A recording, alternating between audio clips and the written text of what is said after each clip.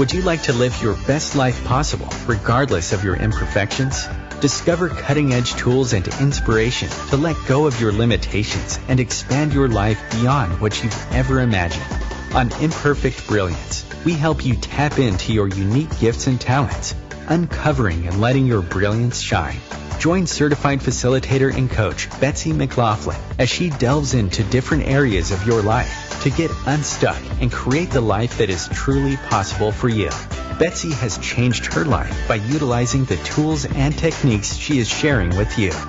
What if your willingness to acknowledge your brilliance is the catalyst to creating a new reality?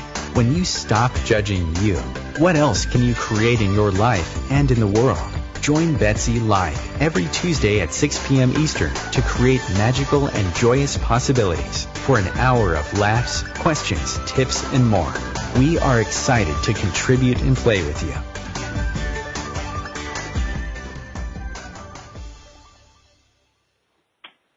Hi, everybody.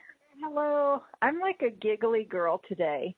And I'm so excited to have with me one of my amazing friends that I have met through Access Consciousness. And she actually lives in my area, and she is just an amazing being that I am freaking adore. So I'm so excited to have her on the show today. And before I go into who it is or what we're talking about, I would just like to say, welcome, Miss April Armstrong. Thank you so much, Betsy. It's so much fun to be here with you. As I was telling you before, I love your show. So to be on your show is just such a thrill. That's so fun. Thank you so much. So what are we talking about today? We are actually going to talk about being an entrepreneur. And what if you didn't actually have to have your own business to be an entrepreneur? So I'm really looking forward to this. And if you've ever fantasized, wished that you could be your own boss and you were afraid to take the leap, what if you could actually have your cake and eat it too? So that's what we're going to be talking about today. And April is an amazing entrepreneur, and she's going to be sharing some of the things that she has learned and is doing in her life to talk about cultivating an entrepreneurial mindset that can put you in the driver's seat of your life. Whether you actually are in business, you have your own company, whatever it is that you're doing in your life, that you're in that you have that entrepreneurial mindset. So April founded and is CEO of AHA Insight, which I love that name. And they provide strategic leadership, advisory, and coaching services to executives leading transformative change in the private and public sector organizations. She serves as a trusted advisor. She's an award-winning international speaker, and she's been featured on a lot of television networks and sharing her leadership tips. She's been published in Forbes, I know for sure, and some other other magazines, and I know she's featured in a lot of places. So I am, so excited that she's here today to share what she knows and what her unique gifts and capacities are. And then, as I said before, we actually met through Access Consciousness, and so she's also an Access Bars and Body Process Facilitator. And you can find out more about April at www.aprilarmstrong.live. So again, welcome to Imperfect Brilliance, April. Thank you, Betsy. And I just love the name of your show as well. And the topic that we're talking about today, it is so near and dear to my heart because I really believe this notion of entrepreneurial mindset. I think it's one of the most important things any of us can acquire in our lives. It cannot be taught in school, and it's really, to me, it's the singular way to truly free yourself in life, where you will never fear losing your job. You will never, wonder about your future economic security when you know that you have the power that you do have and the potency to truly be the creator of your life, and that entrepreneurship and entrepreneurial mindset is just such a wide open path for that. Wow. So for somebody wondering, like, even what is an entrepreneurial mindset? Tell us a little bit about that. Well, I should say that I'm honored to sit on the board of advisors for James Madison University's Center for Entrepreneurship, which resides in its College of Business. But one of the reasons I said yes to that, and I do have to give a shout out to all JMU Dukes out there, go Dukes. But one of the reasons I said yes to that was that the college is committed to making entrepreneurship a campus-wide sort of educational experience. So in more than 120 degree programs across campus, they will all these students will be exposed to entrepreneurship. So while it lives in the College of Business, it's not limited to the College of Business. And I think that's so important because at its core, when people hear the term entrepreneur, what do you think of, Betsy? When you hear the term entrepreneur, what or who do you think of? I'm just curious. There's just so many. To me, it's doing something that you would like to do as opposed to being an employee. That's, I guess, for me, what an entrepreneur is. So whatever that is, like creating what works for you, whether you're making your own business or, whatever that is. So that's kind of what comes in for me. And this is why this conversation is so fun to have with you, Betsy, because you do have such an expansive sense of that term.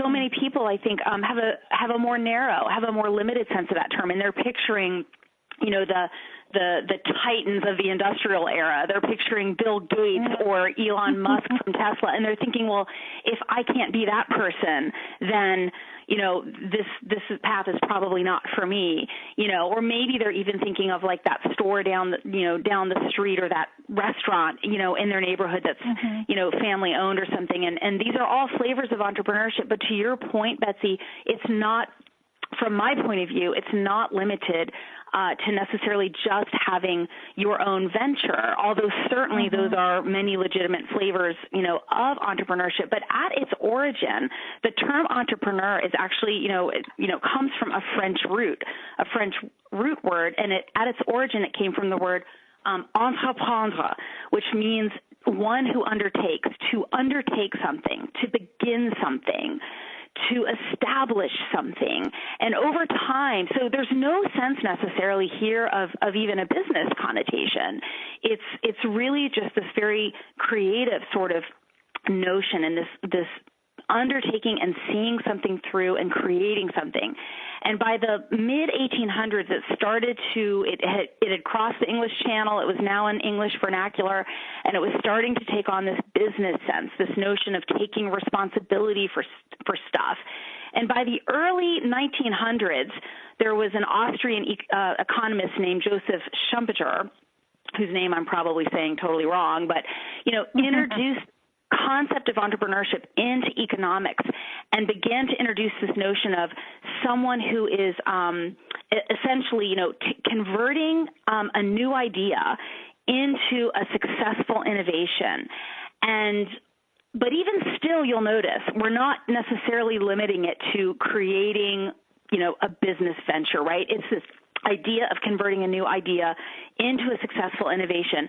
And one thing Schumpeter did, which I think is really cool, is that he contrasted innovation with invention, whereas invention, he would describe it as more of a linear, gradual, predictable accumulation of scientific knowledge that turns into, something new coming into the world. His definition of innovation was, innovative adoptions are sudden, they're disruptive, they're creating a new and better way of doing things. And so I really love hearing the origin story around, the original energy behind this word entrepreneur, because, my hope is that our listeners will hear this and say, wow, well, I have a lot of ideas of new and better ways of doing things. Whether you're in an educational system, you're a teacher or an administrator, or you're in a, healthcare system, or you're in a corporate job somewhere. Or maybe you do have your own business, or you have a dream of your own business. But in any of these spheres, you can be an entrepreneur. You can have that entrepreneurial mindset. And you can be someone who creates something out of nothing, who creates value, new value, where it may not have existed before. And that is going to be the thing that gives you that platform, to, again, be creating your life, to have that more financial autonomy in life and more creative autonomy over the direction and the path of your life. Wow. That's absolutely, I loved hearing all of that.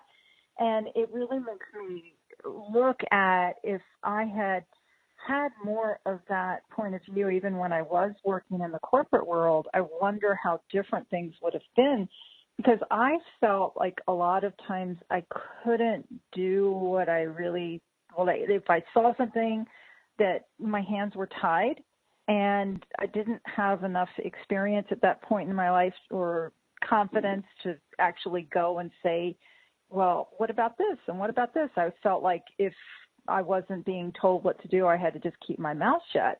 And, certainly not like that anymore. Good for you. You're making up for that. I love it. Right.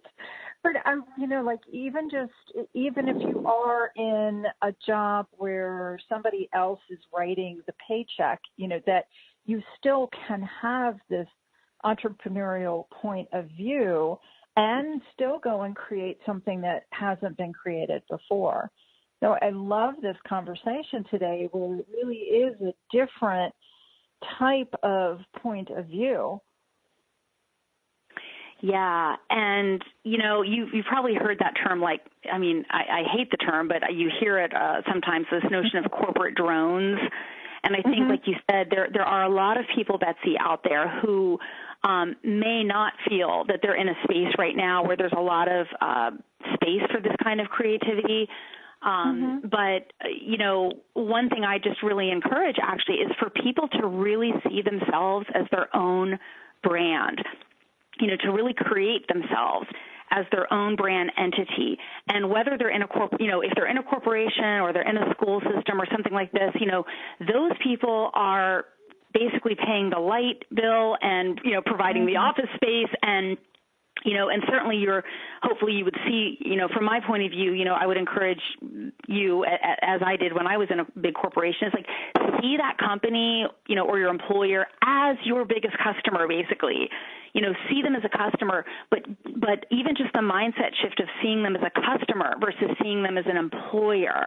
To me, there's just more of a lightness in that notion of seeing them as a customer. It's more empowering, I feel, at least for me. I always felt it was more empowering for me to see myself in a place of choice. I'm choosing to work with this customer. When you're in a, quote, job, it might be your main customer, Right.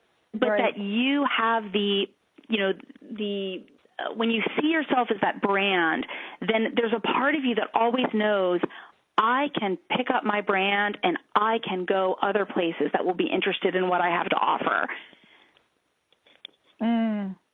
If needed, or if it's easier for me to do this creation stuff we're talking about through entrepreneurial mindset, if in fact you're in an environment, and certainly they're out there, toxic environments or just really rigid environments where there's not a lot of openness. I would call it like industrial era type models where you're almost like, people are not given a lot of autonomy. That may not be the best, most fertile soil for you as, quote, an entrepreneurial mindset person.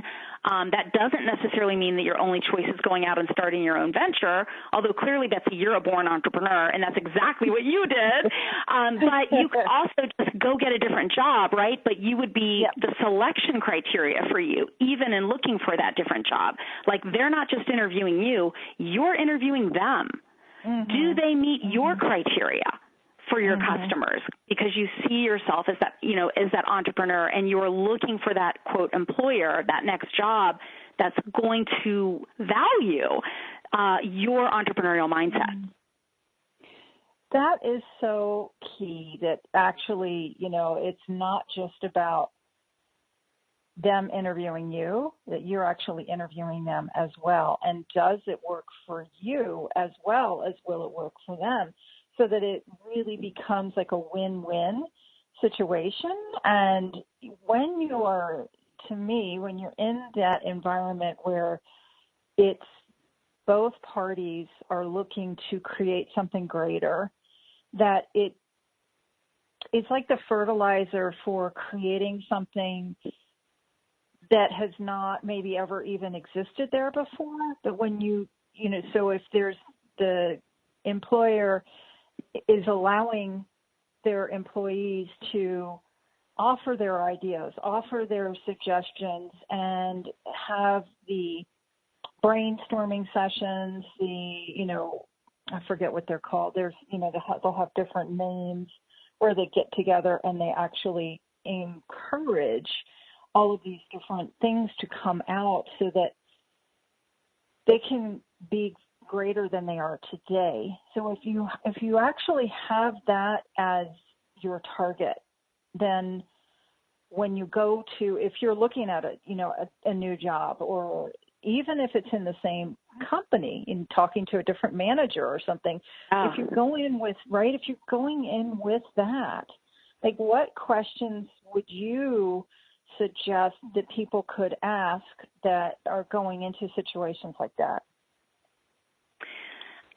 Well, and just first of all, I just have to say, and how different do you sound, right, when you're that candidate? Yes. I mean, even listening to you just describe that, I'm thinking, wow, even, right there, I was like just getting the energy of like, that is such a different candidate, right? Mm-hmm. And so definitely and actually just quickly before we get to the questions, I want to say one of the things I love about the name of your show, Betsy, of Imperfect Brilliance, is that while none of us is perfect, thank God, that's so overrated and so much work, we're all brilliant. Yeah. We're all brilliant.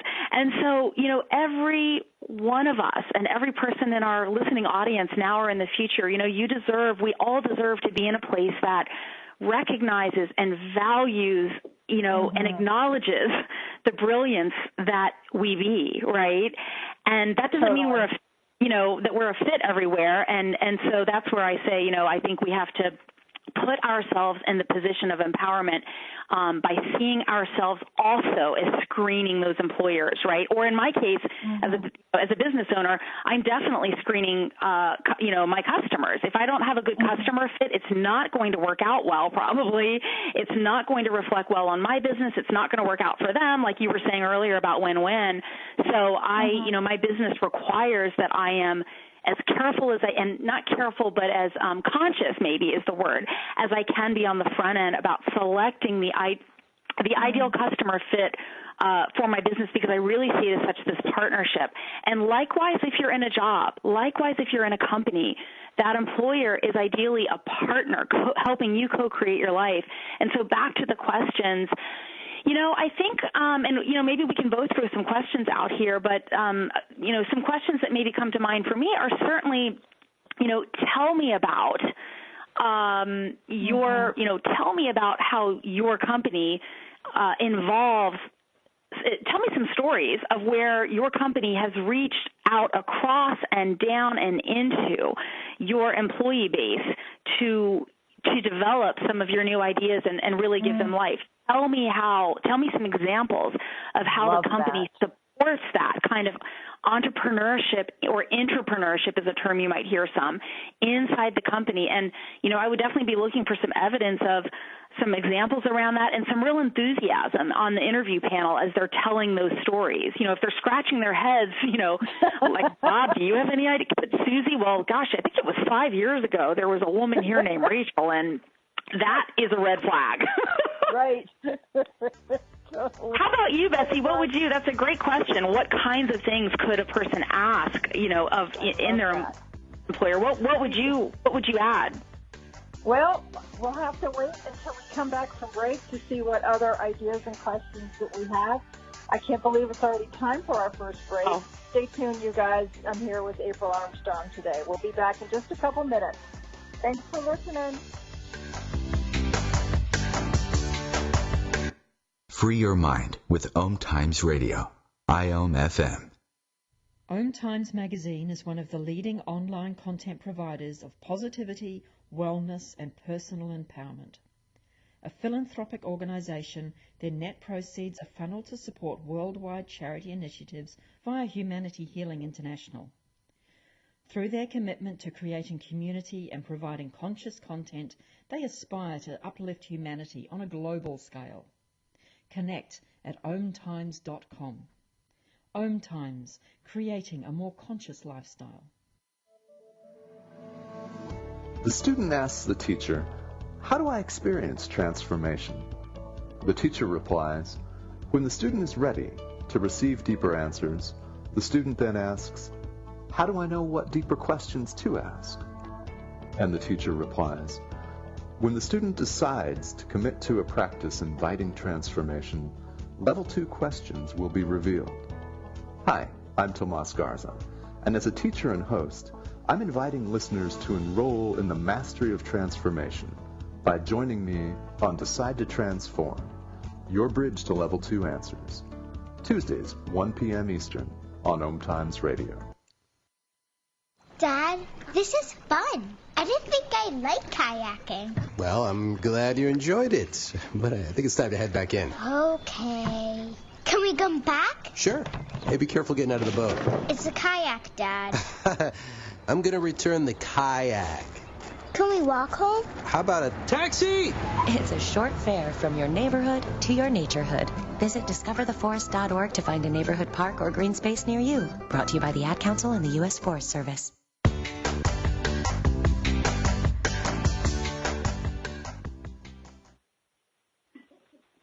Hi, everybody. I'm loving our conversation today with April Armstrong.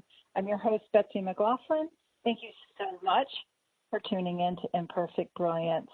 Whether you're listening live or in the future, I'm very grateful. And I'm sure that you know, but just in case you don't, we do have a bunch of archives. I've had this show for a long time now, and you can go to OMTimes Radio and find the archives. You can also find it through iTunes. And if you still can't find it, feel free to reach out to me and I can point you in the right direction at accessbetsy@gmail.com. And my website is creatingyumminess.com. And April's website is aprilarmstrong.live. And we are talking today about cultivating an entrepreneurial mindset.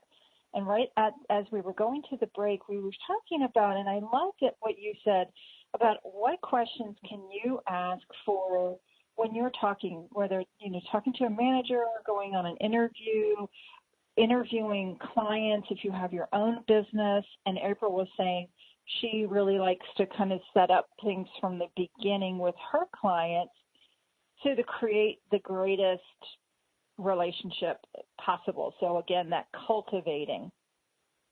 So what would happen, let's say, if you are asking questions and you're getting this energy or this awareness that perhaps the client isn't the greatest fit? What do you do? As you have your own company, you're your own boss. Do you actually turn these down, or what do you do in these situations? So, that's a great question, Betsy, and something that I really had to grow into myself as an entrepreneur, because when I was new in this business, I really sometimes might take that as a rejection or a brick wall, and it didn't feel really great, super good, right? It might feel discouraging to have a deal not come through, or a client that isn't looking like they're going to be a fit right now, right? But the key is 2 words: right now.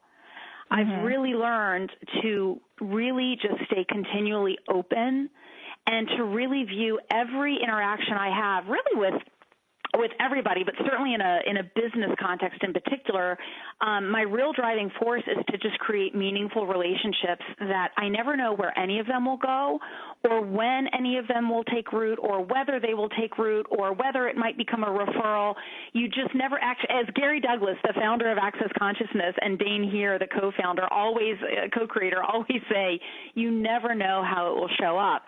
And I have really taken that to heart in my business, because I've learned that while this client may not be, ready right now to work with my business, or may not be a good fit right now for whatever reason, maybe I see some risk factors that make me uncomfortable, or they're just not needing necessarily the kind of work that my company does, but they're sort of tangentially interested.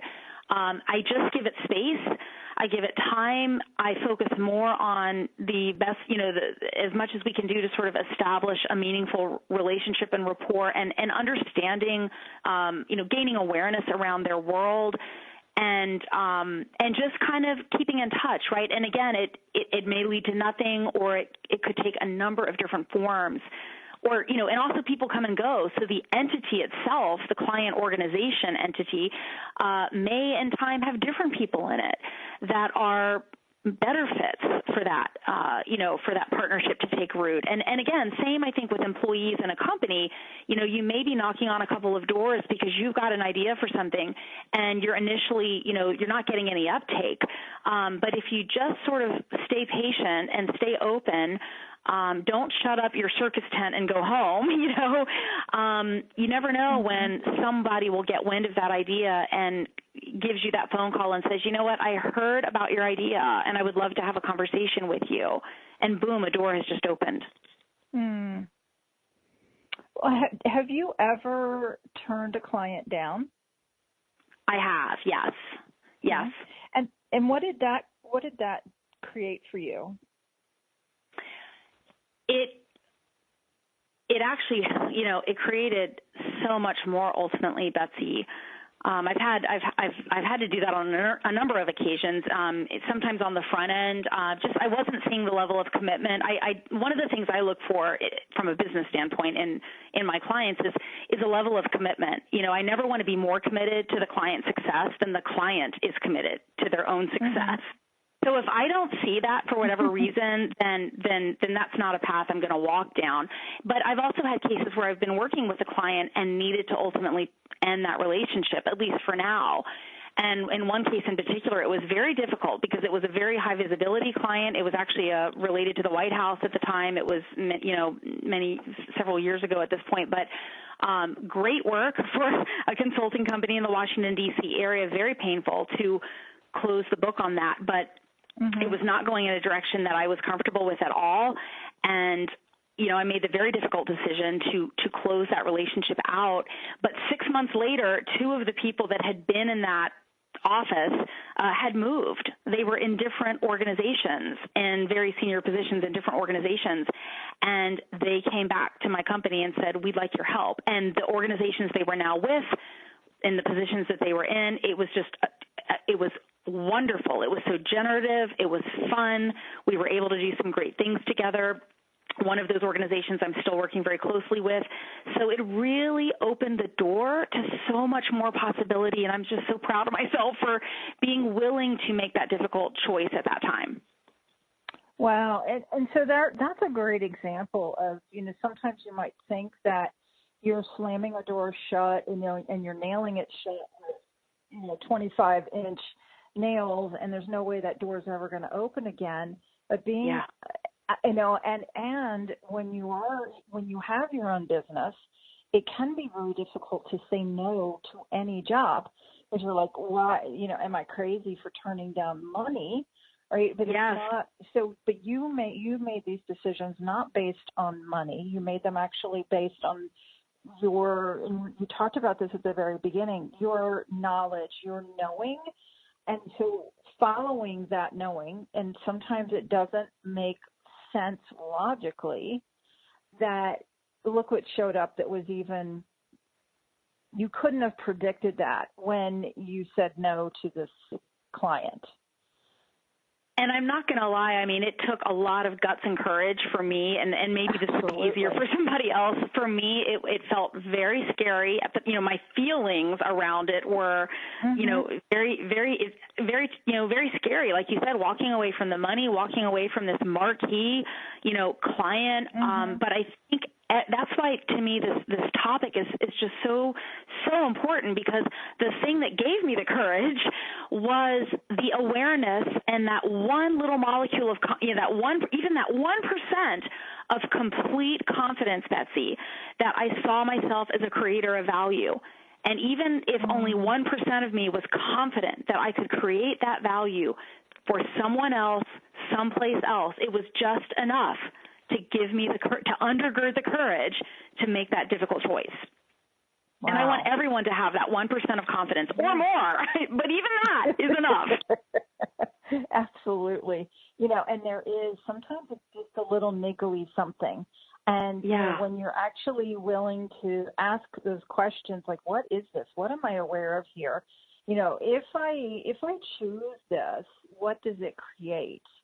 And that's one of the questions that I love to ask, because sometimes we can go so in our head and we can second, third, fourth, quadruple million times guess ourselves, right?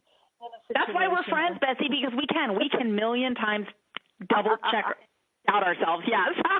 Left to our own devices without these tools. Right. And we could just totally drive ourselves crazy with the mind chatter that can go on. And so with the questions, it so helps get me out of that. And so when you're like looking at a situation like saying no to a client, saying no to money that's right in front of you, it's like, okay, what does this choice create? And, what else, then when you're saying no to that, what else can the universe actually bring you, provide for you, gift you, that if you were giving your attention to something that may not be the greatest choice, what can happen, certainly I've done this in my own life, where you're spending so much time putting out fires or dealing with a difficult thing or whatever's going on, all your time and attention is going to that, and you stop cultivating other things. That's exactly right. I like to say, how expensive is that money? How much is that money going to cost you? Great question. And, one of the, to add to the list of questions you were saying earlier when you were saying, what is this? One of my favorite tools that is from Access Consciousness that really helped me actually in that particular choice I was making was that tool around heavy and light, and that did it feel, when I contemplated the future, if I was to continue with that client, was there a sense of expansiveness and lightness to that, or was there a sense of heaviness and contractiveness to that? And in this case, it was very clear to me it was the latter. And, and so this tool from Access Consciousness really helped me realize I don't have to know how exactly this is going to work out. What I can know is that if I make this choice to continue with this client, I will get more of that heaviness and contractiveness. And to your point, you ultimately risk, stopping creating. There's a whole lot that can start to sort of get pulled out from under you as you're, when a deal starts to go bad and your confidence is plummeting and, there's just any number of ways, all of them bad, that can end when you are contemplating a choice and you have that sense of, heaviness or lightness. And I'm not, or heaviness or contractiveness. And I'm not saying that necessarily that means it's a bad choice for you, but I did find for me personally, it's certainly put me, aggressively into question, really caused me to use a lot of caution before proceeding. And ultimately, when I contemplated an alternative, which was, as you said, opening myself up to this vast universe of possibilities, none of which I consciously knew about at that time, I felt nothing but a sense of lightness and thankfully was willing to trust that and step into that. Okay. And so in that, and there's what you just said in that last sentence, like you were willing to step into it. So could you talk a little bit more about what that actually means in your world? So, as an entrepreneur, especially because you're not getting a paycheck, you're getting paid for value you deliver to a client. But if you're not doing that, you ain't getting paid, right? You don't have just a steady paycheck coming. So as an entrepreneur, in the outside world with your own business, you really have to stay in motion, not frenetic motion, not wasted motion, but you have to be continually taking action. And so for me, what that looked like was, being willing to reach out deeper, broader across my network, being willing to make myself very uncomfortable by getting on the old-fashioned Fred Flintstone phone and calling people. And, even putting myself out there to do some speaking engagements, which I had really, I mean, I had spoken in my church maybe once at an event, but I had not really been doing any, quote, professional speaking engagements. But I had to be willing to do these things because, I couldn't just, I was tempted. Trust me, I'm an introvert. I would love nothing more than to hide behind a computer all day. But that is not how you generate a business. So that's the form that it took for me. Wow. This conversation is just so awesome. And I'm, again, so grateful that we're having it. And so would you talk a little bit more about, you say you're an introvert, that you would rather just stay behind your computer, but you can't as a business owner. So can you talk some more about how you overcame, or maybe you even continue to overcome that desire to be the introvert? So, and that is such a great question, because I just have such a heart for fellow introverts, because I know it's still uncomfortable, Betsy. Like 7 years into my business, I cannot pretend that it's not actually still really uncomfortable. It is. And every day I wake up and I ask myself, am I still having fun here? Is this still fun? Because it'd be a lot easier to just go get a job. But the rewards, even the intangible rewards, are so great still for me that, that I am still choosing to make myself uncomfortable and stay in the kind of action that we're talking about. And one of the things that really helps me, and of course everybody's different, so I would encourage all of our listeners to, to just open themselves to what could work for them, what could bring ease for them in this space of taking action. But for me, one thing that really, really helped was taking this notion of a specific outcome out of the equation. If I thought I was interacting with you, Betsy, just because I wanted to do business with you, and somewhere inside of me I'm harboring this desire that you're going to hire me, that just makes me feel like my body's catching on fire. I feel so uncomfortable doing that. I'd rather kill myself, frankly, with 1,000 pinpricks or something. But if I am operating from a space of genuine, care and interest and curiosity about your world and who you are as a person and what your aspirations are, what are you trying to create in the world? And where are you coming up against challenges or difficulties or problems, or you're just looking for another co-conspirator to help you create some big new opportunity and, feel like you can't do it alone. And that leads to something that's wonderful. But it's equally wonderful to me if it doesn't go anywhere. And I feel like I've just come to know another really cool person, creator of magnitude out there in the world.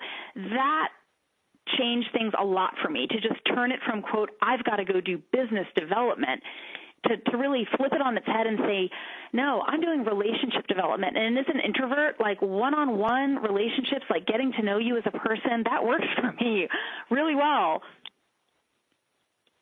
Wow. Oh, time for a second break, you guys. Perfect timing. We'll be back in a couple. Hang tight for more wisdom from Miss April Armstrong today.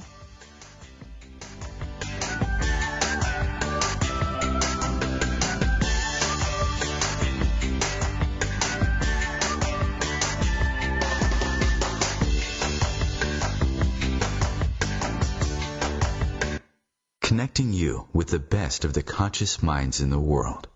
OMTimes Radio. IOM FM. Host your show on IOM FM, the radio network of OMTimes Media, one of the more recognized brand names in the conscious community, and is backed by the extensive marketing reach of OMTimes. Hosting a show on IOM FM immediately connects you with our extensive dedicated community. Hello, I'm Lisa Berry. Join me every Monday at 1 p.m. Eastern Time for Light on Living, a chance to see new, hear different, and feel more as I shine the spotlight on all the ways to lighten the load of life's challenges. Light on Living is your link to that new way you're looking for, that new understanding that will enhance your life, and that positive connection that will support your growth. So join me, and you'll gain insight and start to see things in a new way that motivates you.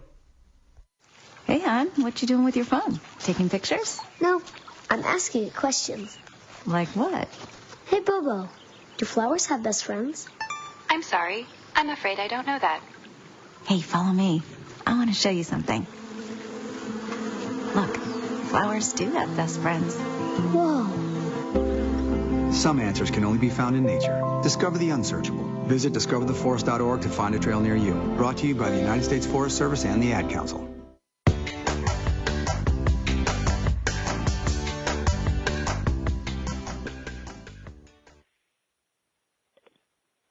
I'm having such a wonderful conversation today with my friend April Armstrong. Thank you guys so much for tuning in and listening and getting some wonderful questions and pearls of wisdom from April, who has created quite an amazing business here in the Washington, D.C. metro area, and she does travel all over, outside of the D.C. area with workshops and speaking engagements and television appearances and different things that she is creating in the world. So, April, we're talking about cultivating an entrepreneurial mindset. Try saying that fast 5 times. And it is. I can't even say it once. Like totally tying up my tongue here. It's hard saying it slow. Oh, goodness. Good thing that the name of the show isn't Perfect Brilliance, or I would really be in trouble, right? Yes. Yes. So I'm wondering, and I would like to actually bring in the element of humor. It's perfect timing. It didn't even occur to me, but it's like, what does humor contribute to being an entrepreneur and everything that you are creating in your world? Oh my goodness, Betsy, I would say humor is my saving grace.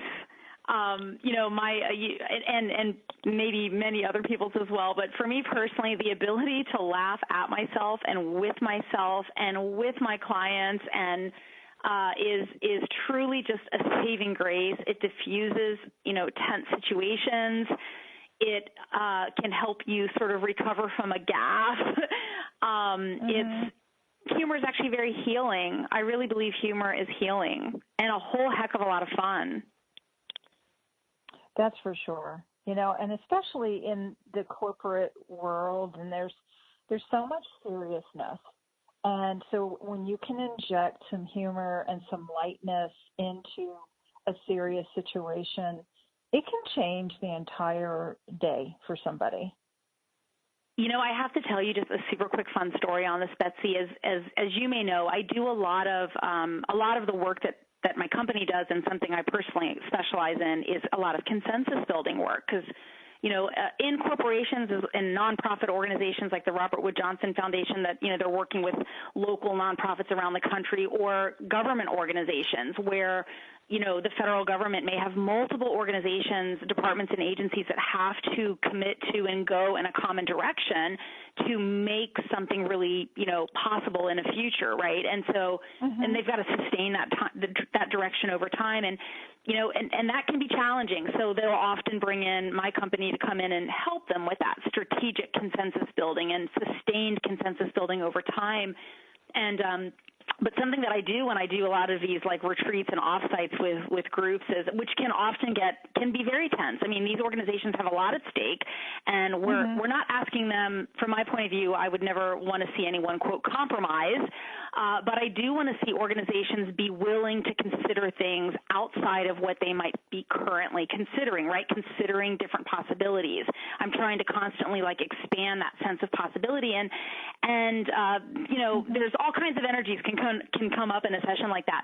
But something that I do, speaking of humor, is, and this has just caught on so much that it always makes me laugh now, is I have a big, huge stuffed elephant, Betsy, that I was inspired by one particular leadership team I was working with that had a lot of tension on it, so much tension that several of them weren't even talking to each other before they brought me in to do this intervention offsite with them. And so like that you could cut that tension with a knife. So I was inspired to go to a children's store and get this big stuffed elephant, and I brought this elephant into the room. And then I also brought like some other little stuffed animals in the room, like little bunny rabbits and hedgehogs, because it's a really smart group of people, very technical, brilliant people that can go into what they call bunny holes. Like they can just start to get super detailed and stuff. So I thought, you know what will lighten this? So I bought the elephant, I bought the little bunnies, I gave everybody a little bunny hedgehog thing, and I basically said, if any one of us in the room, I don't want to be the only bad guy here, if any one of us in the room start to go down a bunny hole, you have permission to totally just chuck your bunny at that person. Like help them with little bunnies, like, you know, and the funny thing was like people couldn't believe it when someone started throwing a bunny at them, and like next thing you know they're laughing, Betsy, and they're realizing, oh, I guess I was getting too detailed there, but instead of feeling offended and criticized, they're chuckling and they're throwing the bunny back at the guy, you know. And the elephant, what I said to them with the elephant, I had it hidden kind of in the room, but like the trunk was sticking out, and at one point some guy says, is that an elephant over there? And I said, well, in fact, it is. And I pulled the elephant out, and I said to them, by the end of our time together, this better be the only elephant in the room. In the room. Oh, my God. And it really just gave them this permission to start talking at a deeper level with each other, to start unearthing those, quote, elephants. And they loved it, Betsy. And now it's like when I still actually work with that group, and when I work with them, they'll say, like, bring that elephant out. We've got something we need to talk about. But the energy and the air is so much lighter. You know, the tension is really, it's like there's not a charge in the air, you know. There's no charge on it. They can just have these conversations, and they're laughing together, which is just such a different space than they were in without the humor. Yeah, what a gift. And I love that. Chuck the bunny. Like that, I think is going to be my new saying. I love it. Chuck the bunny. So, you know, like, and it really does show us that sometimes we can take ourselves so seriously, and really, like, what can humor interject into any situation that we're in. And I'm just picturing, you know, a boardroom and people in their, you know, their high-powered suits, and they're throwing stuffed bunnies at each other. That's an accurate image. That's awesome. That's brilliant. Oh, my gosh. Talk about cultivating an entrepreneurial mindset. Right? Who says it can't be so much fun? Right? And so we were going to be talking about throwing stuffed animals at each other. Get to a new level with this particular group. But hey, what will you create? Oh, my goodness. Oh, how does it get even funner than this? Oh, my goodness. So, April, what else would you like to share with the listeners today about what they can do to cultivate more of an entrepreneurial mindset, no matter where they are and what they're doing right now? You know, maybe I would leave them with 3 tips, Betsy. First of all, I would say I would invite them to look around in their lives and identify a couple of people, and they don't even have to be people living. They can be people from the past, or they can be young children, or they can be your, you know, people your own sort of generation. But who inspires you? I would invite them to find, you know, a handful of role models of people who inspire you, or even what I like to say is create your own board of directors.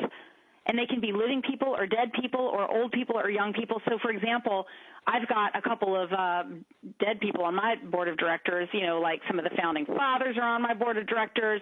My great-grandfather, J.B. Arthur, is on my board of directors. He jumped to train at age 14 with a 6th grade education in the Depression and started a fire brick company that became one of the 2 biggest fire brick companies in the world, and did it with a 6th grade education. I'm like, you know what? If he can do it, I can do something here, right? So that energy of that inspiration, I think, is really, really helpful. And these role models can come in all different forms. That would be one thing I would say. Another thing I would say is, you know, don't be afraid to, I call it like time traveling and playing dress up. And by that, what I mean is put yourself not just in today's world, but fast forward in your mind into the future. If you're working for a company or you're envisioning your own company, what could the future look like in 10 years? What might be, what is that next better thing that, that would make it so much better in 10 years even, that a customer would really value? Or that if you put, and by playing dress up, I mean, put on a CEO hat, even if you're the lowest person on the totem pole today. You're brilliant. You are imperfectly brilliant, and put on that CEO hat and look through that person's, that imaginary lens, or put on a customer hat. Pretend that you're maybe going to buy your own product or service. Look through that person's lens. So that's what I mean by playing dress up. And then the final thing I would say is what you're looking for when you're playing with this is, you're looking for the value. Ultimately, one key thing with being an entrepreneur, having an entrepreneurial mindset, is that you have to be creating value. And this is my big beef with like a lot of how what is missing, I think, from a lot of educational programs today is that we teach people to get like straight A's or gold stars or whatever. We're not teaching people how to create something that a market will value, that somebody will pay something for. And whether that somebody is outside, your company and it's a customer, or whether that somebody is inside your company or inside your organization and they're willing to support you, by giving you the time in your day to work on that project or set some money aside for you to, quote, build something inside the company. One way or another, though, a market has to buy your idea. And so that is, that willingness to invest, right? So you're looking constantly for where can you add more value or where can you create value out of nothing. Mm-hmm. And wow. I guess, those would be my three big, I don't know if that's helpful or not, but tips I might leave someone with. I thought it was extremely helpful. So, it's like where can you add value? And if you go, so where if somebody asks that question and they think that they don't have anything to add value to? I would truly say just kind of keep looking, keep your little awareness alert antenna up, and keep looking. And to me, there's a couple of like indicators of a possible space where you could add value. Where are you annoyed today? One place I used to be really annoyed was having people waste my time in bad meetings that never went anywhere. Well, guess what? Probably 45% of my company's business now is. It's really a lot around high-value meetings. We work in high-stakes environments, but still, we've got to deliver high-value meetings. But that was born out of my own frustration and annoyance by sitting in bad meetings, right? So where do you feel annoyed or frustrated? There's possibly a space where if you were to turn that on its head and turn that into a real question, well, what could I add to this? What could we do different here that could change this? You might be on a path to an innovation there. A really good idea. I love that. What annoys you? And it's so true, right? Who doesn't love to be annoyed every now and then? But follow that money. Right. And that's actually is like that question, what do you know here?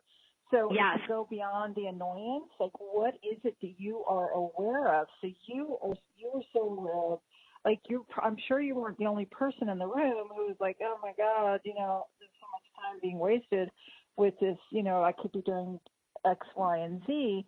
And so when you have that, like what can you create from that?